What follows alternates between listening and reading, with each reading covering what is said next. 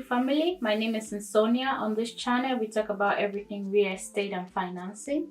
If you're a returning subscriber, thank you for always tuning into my channel and thank you for all the comments you always leave. If you're a new subscriber, welcome to the family and hope you will love and enjoy the videos that I make. On today's video, we're going to be talking about some advantages of renters or those who rent, or advantages of renting an apartment or a home as compared to those who prefer buying houses. And this is just a continuation. This is part 2 of my previous video. So without taking so much of your time, the first advantage for today's video is going to be mobility. When we talk about mobility, we're just talking about those who like moving more. Okay, there are some people that don't like staying in a particular environment for the longest, and some people love changing states and actually exploring a lot of different areas, right?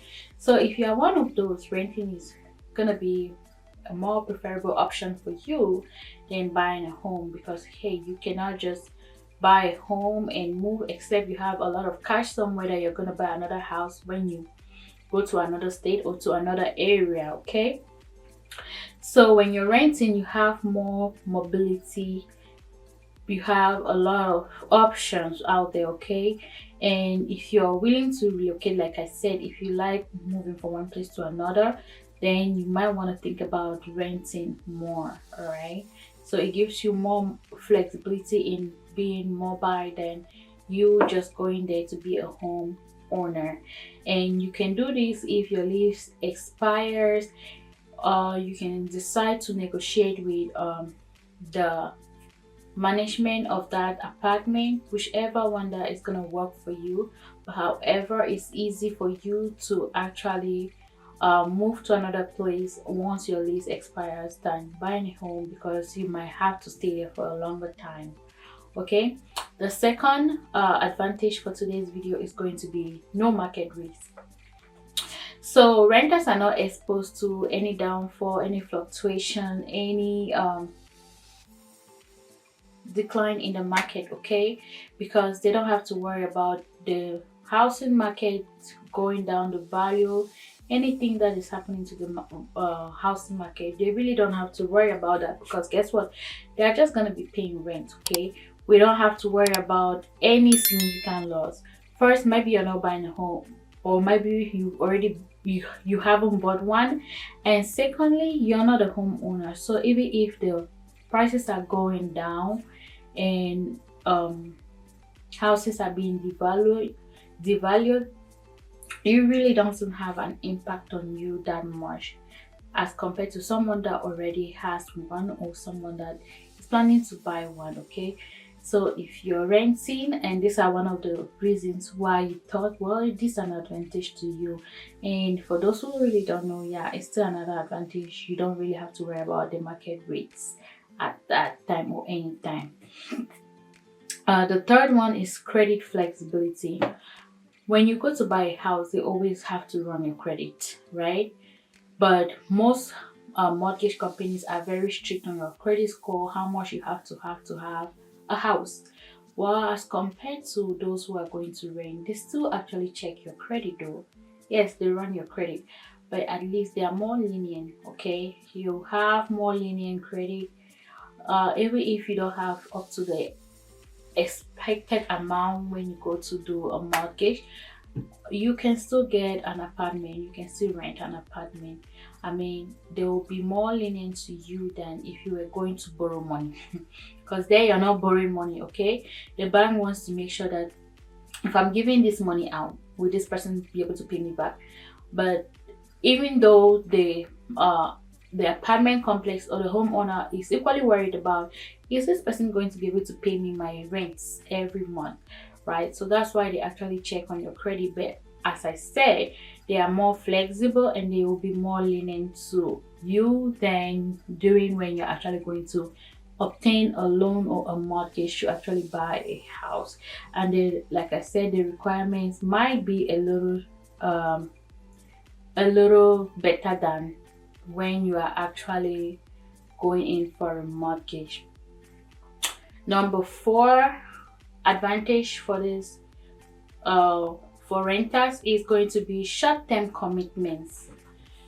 So remember, a lease can be from anywhere 6 months to a year. You can move when your lease expires, okay? So you really are not committed to that apartment or house for the rest of your life, or for 30 years mortgage, like people actually go get a mortgage, or 15 years. You are not that committed, okay? Or until when you decide to sell the house, right? So you really have a short-term commitment, and especially for people like students, you move to somewhere to actually go to school, you just have to rent for the duration, maybe a year or two that you're there. If you go there for a job, after the job is finished, you can easily leave, right? But if you go there to buy a house, it's going to be a lot of struggle for you, because first you have to start looking for who to sell the house to, who so many things, and there's so many things that go into you actually selling a house and you getting someone to buy, right? So renting can be the best option for you. And like I said, it's less commitment or short-term commitment, because once your lease is expired, you are really not obligated to renew it except you are willing to, or except you want to. Okay, so it is more preferable for you to rent if you know that it's just going to be for a short while, and if you equally know that you really don't want to be staying in that particular location for the longest, you can choose to go for a shorter lease than normal, than because of course you have different options when you go to sign your lease. Maybe you have the 8 months, the 6 months, the 12 months, depending on what your needs are. You can decide to commit for just that short term. And that was what, number 4, right? Number 5 is the simplest process. So it's more simpler for you to actually go and get your application done, get your background check, and get approved. And this can take maybe a week, less than a week, a few days, depending on how quick the apartment could be, or whoever the homeowner is and wants to rent their house to you. It's pretty simple than someone that is actually going out there to buy a home, because they will need inspection, appraisal, repairs, long dates. It takes approximately 45 days or more or less. But however, it's simple and easier to get a rented property than actually buying one. So if you're one of those that don't want to go through the hustle of inspection, appraisals, and you just choose to have a simple, easy way of having somewhere to cover your head, lay down with your family, well, then go for go for an apartment or home to rent for yourself and for your family. And then the 6th advantage here is going to be you have less impact during an economic downturn, right? So if you ever find yourself in an economic downturn, no matter the fluctuation of the value of the home, you really don't have to worry about it. Yes, you could be impacted. Did I say you won't be? You will, but you're not gonna get so hit like someone that actually owns a home, okay? Because guess what, when the economy is going down, the house values equally decline most of the time. All right, so those who don't have homes really don't feel the impact at all, or don't feel less of an impact compared to those who actually have one. So it's a little bit you're a little bit on the safer side when it comes to this. And the last point for this video is going to be, you have urban living opportunities. Remember, it's always costly in urban areas for you to actually get a property of your own. So if you don't have that so much money to actually purchase your home, well, renting is an option, okay? It's not everybody that will actually end up having a house. Some people will have to rent at all times.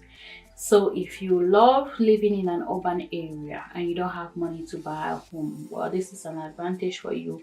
Go there and rent, okay? The renting often provides you opportunities to live in urban areas where properties might be more expensive or prohibitively expensive. Yeah, it's more costly in an urban area.